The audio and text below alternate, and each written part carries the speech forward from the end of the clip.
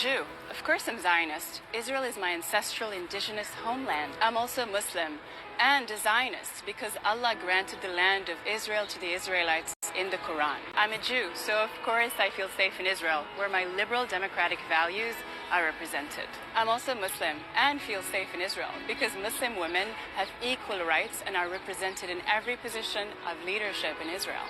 That's such a nice PSA announcement that the Israeli government had put together and is broadcasting all over the place there. So this young lady, they found her. Her father is a Jew. Her mother is Muslim.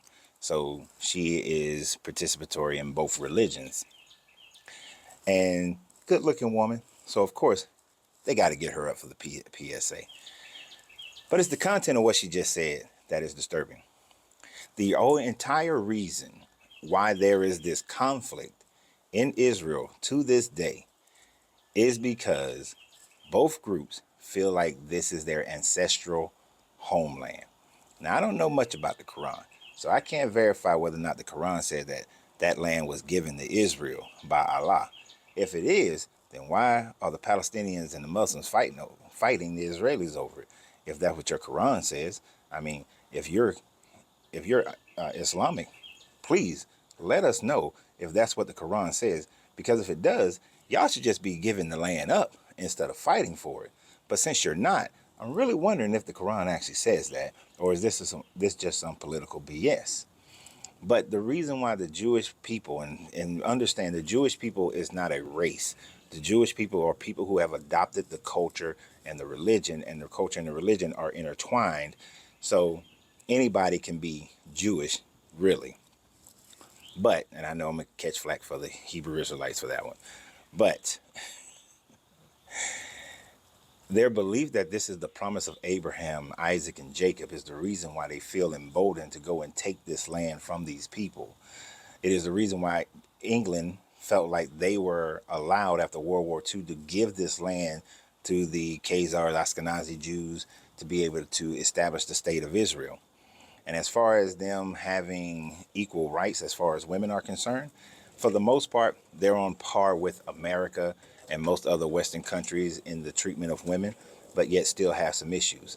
But one of the issues I find interesting is that if you were to go to what is called the Western Wall or the Wailing Wall, where the Orthodox Jews are the ones who are in charge of it, one of the things that you will find, women have to go to the right, to the right, and men have to go to the left in order for them to say their prayers on a piece of paper and stick it in the wall and pray at the wall, which is still a point of segregation, even though the law in Israel is supposed to be that men and women cannot be segregated based on race, ethnicity, or religion, or gender.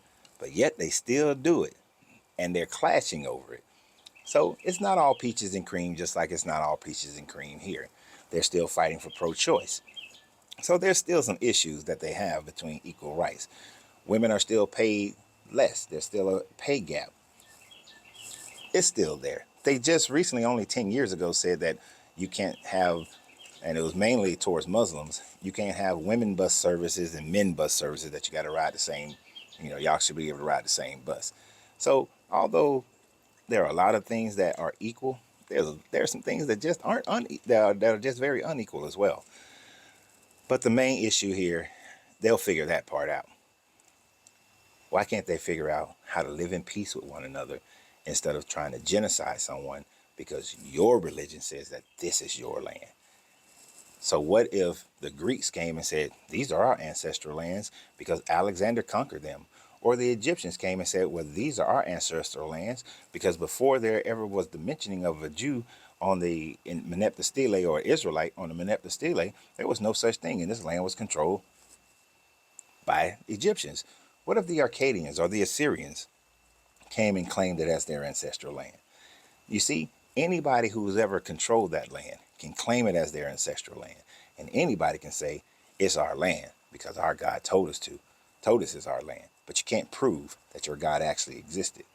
And even if you believe it, it doesn't mean that I have to believe it. So y'all have a great day. And maybe they can figure it out. Stop genociding each other and killing babies.